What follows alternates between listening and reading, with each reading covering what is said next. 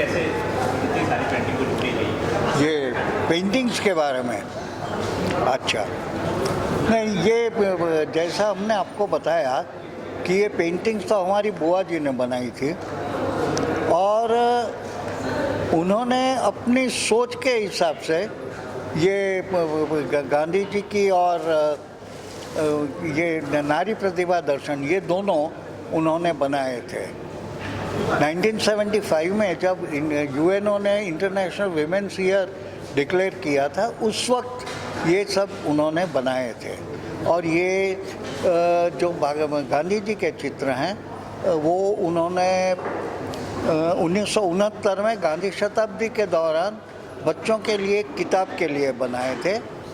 उसके सिवा उन्होंने यहाँ पे आप देख सकेंगे रामायण के कुछ प्रसंग लेकर चित्र बनाए हैं, कुछ चित्र कृष्ण के जन्म और उनके बचपन के बारे में हैं, और कुछ बाकी उन्होंने जो कुछ भी देखा उनकी जो कल्पना है, जैसे एक यहाँ पे चित्र है उषा निशा का, तो ऐसे कुछ कल्पना से कल्पना करके भी उन्होंने चित्र बनाए हैं।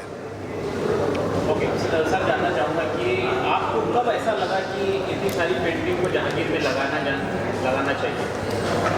नहीं, ये बहुत साल से उनका खुद का विचार था, और किस कारण से वो बन नहीं पाया, तो हम लोगों ने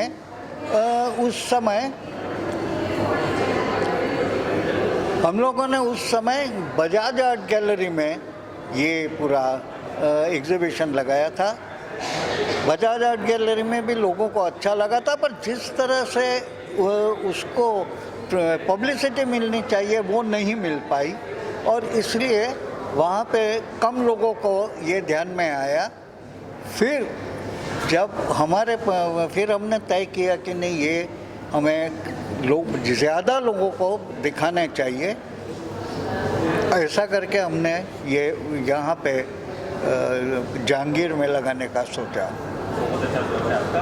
आगे फ्यूचर में और ऐसा क्या खास करना है? नहीं, देखिए ऐसा है कि ये जब प्रदर्शन लगते हैं तो उसके लिए खर्च भी काफ़ी होता है, तो खर्च और ये सब सोच के आगे, और हाँ, अगर लोग कहते हैं कि नहीं हम भी उसमें अपना योगदान देंगे तो फिर हमें कोई एतराज़ नहीं है। पेंटिंग्स लोगों के देखने के लिए है, पर इतनी बार इतनी प्रदर्शनी कितनी लगा सकते हैं वो आगे का समय ही बता सकता है।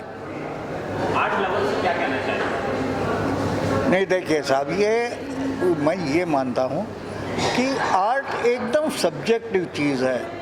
जो चीज़ मुझे अच्छी लगती है वो आपको शायद अच्छी ना लगे, जो आपको अच्छी लगती है शायद मुझे ना लगे।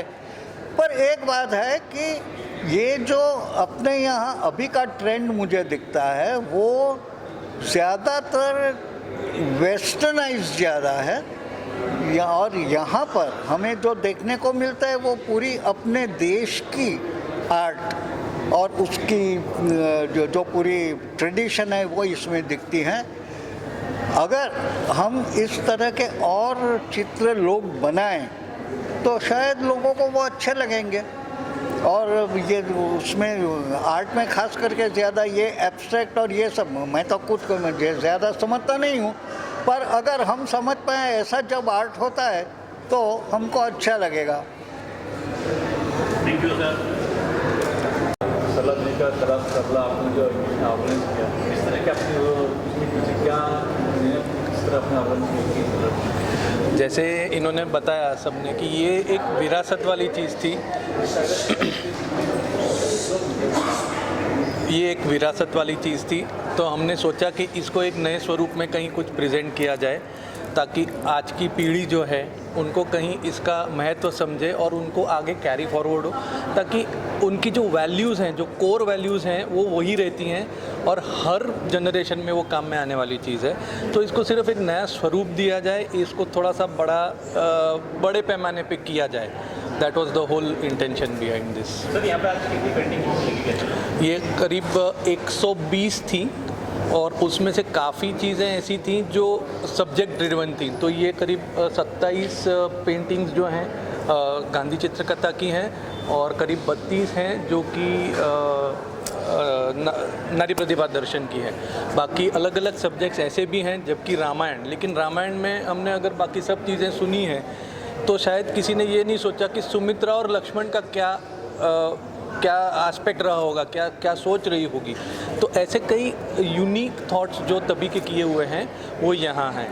और कृष्ण के भी काफ़ी अलग अलग हैं, मतलब कृष्ण की बहुत सारी चीज़ें हम देखते हैं, सुनते हैं, समझते हैं, लेकिन उन्होंने यशोदा मैया ने जब भी उनका जो विरह था वो शायद ही लोगों ने कुछ सोचा होगा, समझा होगा, तो वो यहाँ पे प्रदर्शित की गई हैं। तो these are the general subject. बाकी मिसलिनियस पेंटिंग्स हैं। मिसलिनियस पेंटिंग्स में काफ़ी अलग तरीके की आर्ट आपको अलग अलग तरीके की दिखने मिलेगी। कहीं लैंडस्केप है, कहीं नेचर ड्राइंग्स हैं, कहीं एक पर्टिकुलर स्टाइल है जो कि अरेबिक स्टाइल जो जनरली रहती थी, उन टाइप की काफ़ी पेंटिंग्स हैं। दे मिसलिनियस सीरीज़ हैं।